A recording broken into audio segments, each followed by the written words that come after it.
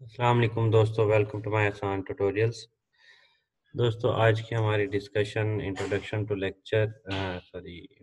To computing lecture series में for loops और different loops के ऊपर है। टॉपिक की डिस्कशन से पहले एक छोटी सी आयत डिस्कस कर लेते हैं। आयत का तर्जुमा यह है कि ए मोहम्मद सल्लल्लाहु अलैहि वसल्लम, ये किताब जो तुम्हारी तरफ वही की गई है, इसको पढ़ा करो और नमाज के पाबंद रहो। कुछ शक नहीं कि नमाज बेहयाई और बुरी बातों से रोकती है और अल्लाह का जिक्र बड़ा अच्छा काम है, और जो कुछ तुम करते हो अल्लाह उसे जानता है। तो ये सीधी सीधी आयत है। हमें चाहिए कि कुरान पाक पढ़ें, समझें, सीखें और नमाज की पाबंदी करनी चाहिए हमें।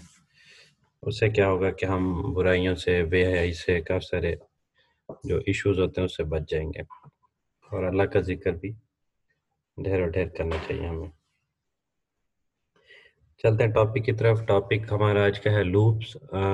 इन computer programming A loop is a sequence of instructions that is continually repeated until a certain condition is reached। दोस्तों, नॉर्मली हम जब भी कोई इंस्ट्रक्शन लिखते हैं, कंपाइलर पे कोई कोड लिखते हैं, तो कंपाइलर उन इंस्ट्रक्शंस को वन बाय वन रीड करके या सारी सारी लाइंस को रीड करके हमें आउटपुट दिखा रहा होता है। तो एक स्टेटमेंट को या एक इंस्ट्रक्शन को एक दफ़ा वो रीड करता है, एग्जीक्यूट करते हैं। अगर हम चाहते हैं कि इंस्ट्रक्शन लिखें हम एक दफ़ा, लेकिन उसको कंपाइलर मल्टीपल टाइम रीड करे और मल्टीपल टाइम उस पे एग्जीक्यूशन परफॉर्म करे, तो उसके लिए हम लूप्स इस्तेमाल करते हैं। उसकी एक और जो है डेफिनेशन इस तरीके से भी लिखी जा सकती है या डिस्कस की जा सकती है कि type of control structure that repeats a statement or set of statements is known as looping structure. It is also known as iterative or repetitive structure। तो दोस्तों, इसकी जो कैटेगरीज हैं वो तीन कैटेगरीज हैं जी: while loop, do while loop और फॉर लूप। तो हम स्टार्ट करेंगे फॉर लूप से, वो निस्बतन समझना आसान है। उसके बाद फिर वाइल लूप और डू वाइल, वाइल लूप से रिलेटेड डिस्कशन और उनसे रिलेटेड, हर लूप से रिलेटेड हम प्रोग्राम्स को भी देखेंगे।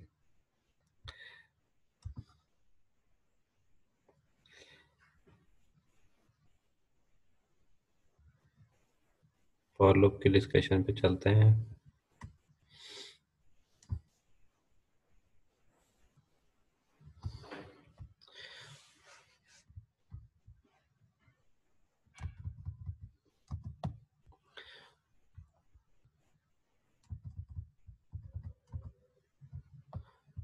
For loop execute one or more statement for a specified number of times.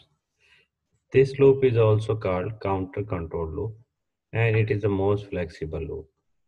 इसमें होता यह है कि ये फ्लो चार्ट से हम थोड़ा समझने की कोशिश करते हैं, उसके बाद कोड प्रोग्राम करके आपको एग्जांपल प्रोग्राम के थ्रू इसकी डिटेल एक्सप्लेन कर देता हूँ। हमारे पास स्टार्ट होगा प्रोग्राम, एग्जीक्यूशन स्टार्ट होती है। उसके बाद सबसे पहले क्या होता है कि जी इनिशियल वैल्यू जो है उसको एवेलुएट किया जाता है।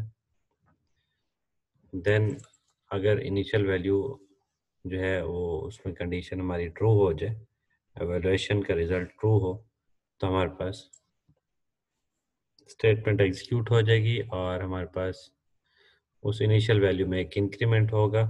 उसके बाद दोबारा चेक किया जाएगा क्या ये इंक्रीमेंट के बाद भी कंडीशन ट्रू है। अगर अगेन वो ट्रू है तो स्टेटमेंट दोबारा से एग्जीक्यूट होगी, और इसी तरीके से जब स्टेटमेंट बार बार रिपीट होती रहेगी, जब कंडीशन फॉल्स हो जाए तो हमारे पास जो फॉर लूप है वो स्टॉप हो जाएगी और कंपाइलर जो है नेक्स्ट इंस्ट्रक्शन पे मूव कर जाएगा। तो ये फ्लो डायग्राम से अगर आप लोगों को समझ नहीं आई तो एग्जांपल प्रोग्राम से मैं आपको बआसानी समझा दूंगा। लिखने का तरीका या सिंटैक्स क्या है, आप सिंपली फॉर लिखेंगे और स्मॉल ब्रैकेट के अंदर इनिशियलाइजेशन करेंगे, देन सेमीकोलन लिखेंगे और इंक्रीमेंट डिक्रीमेंट जो है एंड पे और दरमियान में कंडीशन लिखी जाती है। नेक्स्ट चलते हैं जी एग्जांपल प्रोग्राम्स की तरफ। अगर मल्टीपल स्टेटमेंट्स हो तो कर्ली ब्रैकेट के अंदर हम स्टेटमेंट्स लिख देते हैं।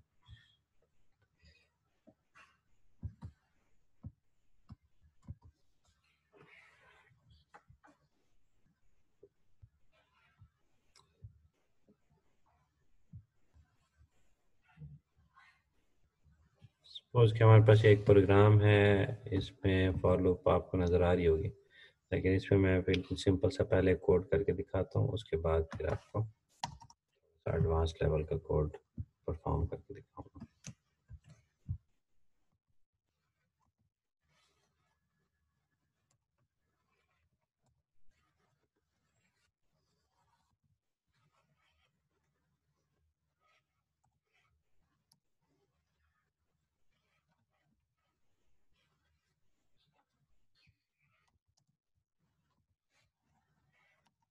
ये जो मैंने कमेंट बार डाली है, इससे क्या होगा कि लाइन नंबर 10 से लेकर 12 तक ये कोड जो है रीड नहीं होगा, कंपाइलर इसको रीड नहीं करेगा। हम छोटा सा एक प्रोग्राम देखना चाहते हैं। सपोज कि हमारे पास एक लूप है, 1 से स्टार्ट होती है और 5 तक लूप जाती है। और हमारे पास सी आउट में सिंपली हमने क्या लिखा है जी, इस तरह ये पाकिस्तान लिखा हुआ है, इसको मैं चाह रहा हूँ कि 5 दफ़ा डिस्प्ले करना है। आपकी आसानी के लिए मैं कोड बिल्कुल कट कर लेता हूँ, गायब कर देता हूँ।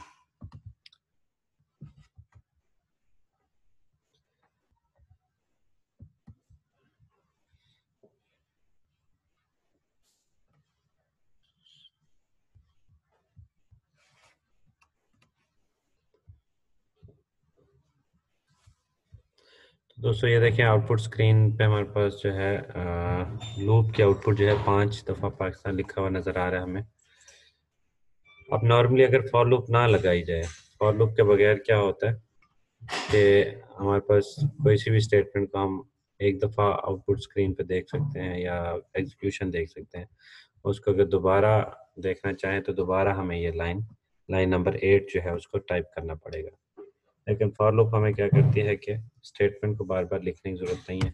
जस्ट आप उसको एक दफ़ा लूप के अंदर बता दें कि कितनी दफ़ा ये स्टेटमेंट आप एग्जीक्यूट कराना चाहते हैं कंपाइलर के ज़रिए से, तो आप फॉर लूप के अंदर काउंटिंग लिखते हैं। सपोज जैसे हमने यहाँ पे 1 से लेकर 5 तक लिखा, तो 5 दफ़ा 5 टाइम हमारे पास पाकिस्तान जो है डिस्प्ले पे आ गया। सपोज इसको मैं 15 लिख देता हूँ, तो आपके सामने 15 टाइम पाकिस्तान लिखा हुआ नज़र आ रहा है।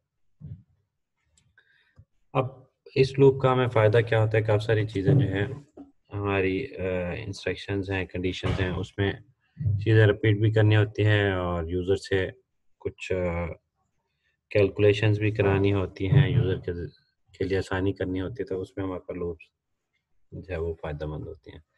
अब ये तो सिंपल हमारे पास एक स्टेटमेंट कह लें, स्टैटिक स्ट्रिंग है, बस वो आउटपुट स्क्रीन पे हम रिपीट कर रहे हैं। लेकिन इसकी जगह अगर वही कोड जो पहले मैं कट किया था उसको अगर देख लें, ये हमारे पास सपोज के कोड है, आई प्लस प्लस कर देते हैं और 3 का टेबल सपोज के प्रिंट करना है हमने, तो उसका तरीकाकार ये है।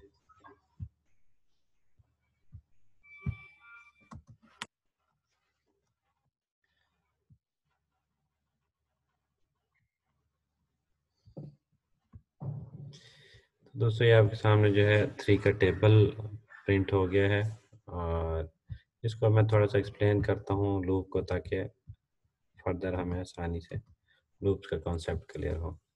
होता यह है कि फॉर लूप के लिए फॉर लिखते हैं, उसके बाद स्मॉल ब्रैकेट के अंदर सबसे पहले इनिशियल कंडीशन लिखते हैं। सपोज मैंने लिखा initial condition i is equal to 1, then उसके बाद i वेरिएबल जो है वो कहाँ तक इंक्रीज होता रहेगा, अप टू 10। और i प्लस प्लस जो है ये एक ऐसी कमांड है, इसके ज़रिए से हर दफ़ा जो है i की वैल्यू में एक इंक्रीज होता जाएगा। सपोज कि इनिशियली i की वैल्यू 1 थी, तो ये जो i दरमियान में कंडीशन में आपको नज़र आ रहा है, इस i की जगह पे 1 पुट करेंगे, 1 को कंपेयर करेंगे कि जी 1 लेस देन और इक्वल टू 10 है, कंडीशन ट्रू है, हाँ जी 1 जो है वो 10 से कम है, तो जो ही कंडीशन ट्रू होगी तो हमारे पास नेक्स्ट लाइन पे जो स्टेटमेंट लिखी हुई है, सपोज के सी आउट समथिंग जो भी लिखा हुआ है, उसको हमने क्या करना है, कंपाइलर ने उसको एग्जीक्यूट कर देना है। और उसके बाद दोबारा से जो है आई प्लस प्लस होगा, अगली कंडीशन जो है वो इंक्रीमेंट हो रहा है और आई की वैल्यू 1 से क्या हो जाएगी, 2 हो जाएगी। और यहाँ पे हम कंपैरिजन क्या करेंगे, आई की वैल्यू 2 है, 2 less than or equal to 10 है। अगर 2 की वैल्यू 10 से लेस है इसका मतलब कंडीशन ट्रू है। तो कंडीशन दोबारा ट्रू होने का क्या है कि हमने दोबारा से सी आउट में जो कुछ लिखा है उसको एग्जीक्यूट कर लेना है। कंपाइलर ने लाइन नंबर 8 पे जो स्टेटमेंट लिखी है उसको एग्जीक्यूट कर देगा। इसी तरीके से आई की वैल्यू में एक और इजाफा होगा, आई प्लस प्लस होगा, आई की वैल्यू 3 हो जाएगी। आई की वैल्यू 3 होने से क्या होगा कि आई फिर से कंपेयर होगा, 3 less than or equal to 10, yes condition true. उसके बाद क्या होगा कि लाइन नंबर 8 पे जो भी हमारे पास स्टेटमेंट लिखी है उसको एग्जीक्यूट कर देंगे। तो दोस्तों इसी तरीके से आई की वैल्यू बढ़ती जाएगी। जब आपके पास आई की वैल्यू सपोज के 10 हो गया, 10 less than or equal to 10 है, यस वो 10 10 के इक्वल है, फिर एग्जीक्यूशन होगी और आपके पास आउटपुट स्क्रीन पे आउटपुट आती जाएगी। जैसे कि यहाँ पे हमारे पास 3 6 9 12 ये सारी कैलकुलेशन हमारी हो रही हैं 3 मल्टीप्लाई बाय आई से, और जो 3 और दरमियान में स्टार देन आई, ये हमारे पास यहाँ से प्रिंट होता जा रहा है। 3 और star as it is print होते रहेंगे 1 2 3 4 5 टू 10 तक। आई की वैल्यू डिस्प्ले पे आ रही है, इक्वल का sign as it is print हो रहा है। उसके बाद जो मल्टीप्लिकेशन का आंसर है 3 6 9 12 वो हमारा 3 मल्टीप्लाई बाय आई से आ रहा है। तो दोस्तों जब आई की वैल्यू मैक्सिमम 10 हो जाती है, सपोज 10 के बाद आई प्लस प्लस होगा, आई की वैल्यू हो जाएगी 11। 11 को कंपेयर किया जाएगा कि 11 जो है less than or equal to 10 है। अगर 11 less than or equal to 10 नहीं है, मीन कंडीशन फॉल्स हो गई है, तो आपने या हमने क्या करना है, कंपाइलर ने क्या करना है, लाइन नंबर 8 पे जो स्टेटमेंट लिखी हुई है इसका पीछा छोड़ देगा, वो इसको एग्जीक्यूट नहीं करेगा और इससे नेक्स्ट लाइन पे मूव करेगा। नेक्स्ट लाइन पे क्या लिखा हुआ है जी, रिटर्न 0 मीन के प्रोग्राम एंड हो रहा है।